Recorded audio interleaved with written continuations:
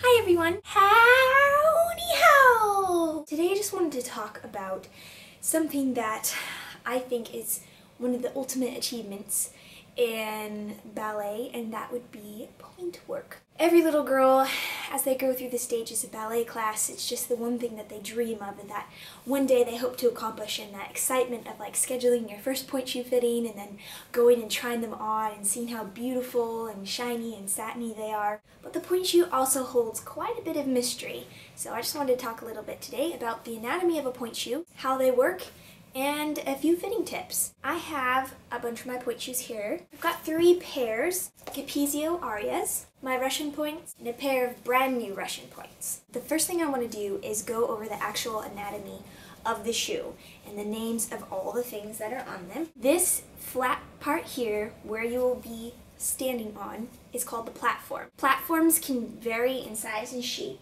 as you can see.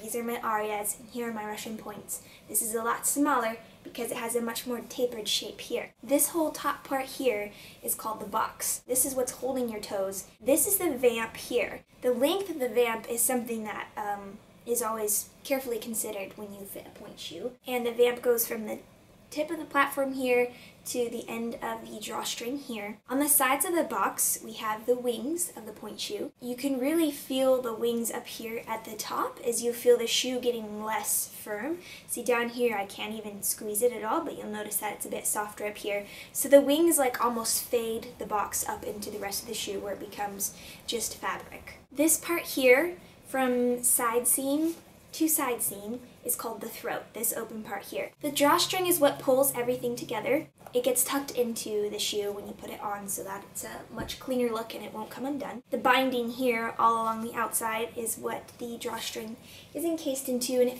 finishes off the top of the shoe. The crown is like the height of the box, so if you hold the shoe like this, this is the crown. So if a shoe is referred to having a higher crown, it means it's probably more like bulby, like this, or if it has a lower crown, it's going to be more flat, like this. Here on the back of the shoe, right here on the box, are the pleats.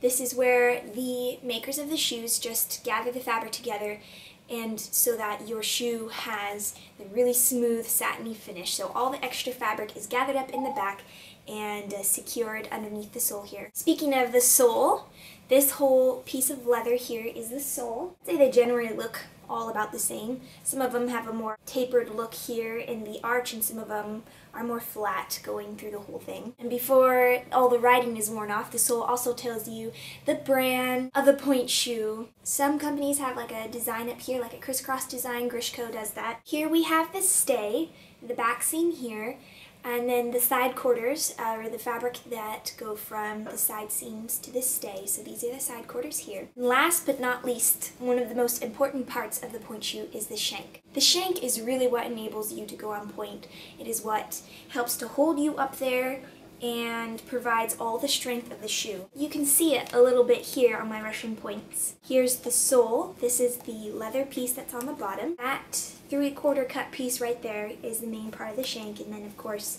the inner sole here. Layers and layers of like glue, fabric, cardboard, different things that equal the strength of the shoe. This is what holds you up. This is the shelf that your heel rests on. So pretty much every little aspect of the shoe is really, really important when you're considering a pointe shoe, when you're being fitted. Every little detail, like how long the vamp is, how high the crown is, how big the platform is, even the height of the side quarters, can all determine whether the shoe is going to fit you well or not. Pointe shoes vary quite a bit. You can see the differences between my Capezios and my Russian points. The Capezios are much more square.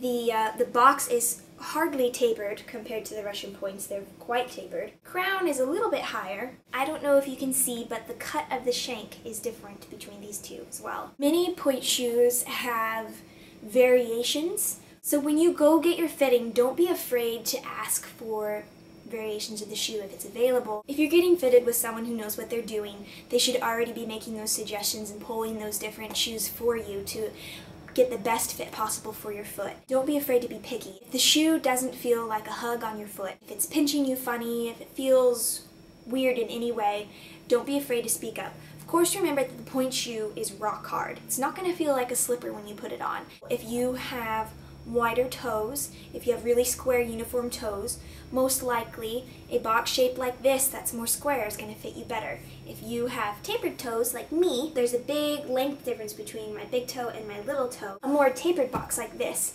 tends to fit my foot better. There are some parts of the shoe that you can alter or change if everything about the shoe fits except for that one thing. For example, say everything about this shoe fits you except that maybe the crown is a little bit high. So when the shoe is on and your foot is in there, you have a little bit of a gap here. Sometimes you could just work the shoe to be a little more flat across the crown here, but keep in mind that when you do that, it's also going to make the box wider. This is a brand new Russian Pointe, and this is the same exact shoe except that it's been broken in.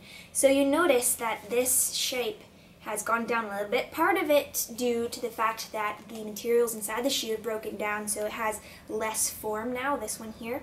But I also did work it to be a bit flatter across the top here. There's a lot of variations involving the Pointe shoes, tons of different brands. I would even recommend going to more than one dance store and getting fitted more than once so you can really get an experience of trying the different brands, because no dance store carries every single Pointe shoe brand. So the more brands there are, the more that opens up your options of getting the absolute perfect shoe for your foot. That's it for today, you guys. I hope you found this helpful. If you want to keep up in touch with me and stay up to date on my life and what I've been up to, don't forget to check out my Facebook page at facebook.com/themissallyk. See you guys next time. Happy dancing. Bye! Also, check out the links in the description box below for how to sew ribbons and elastics onto your Pointe shoes and how to begin preparing your feet for Pointe work.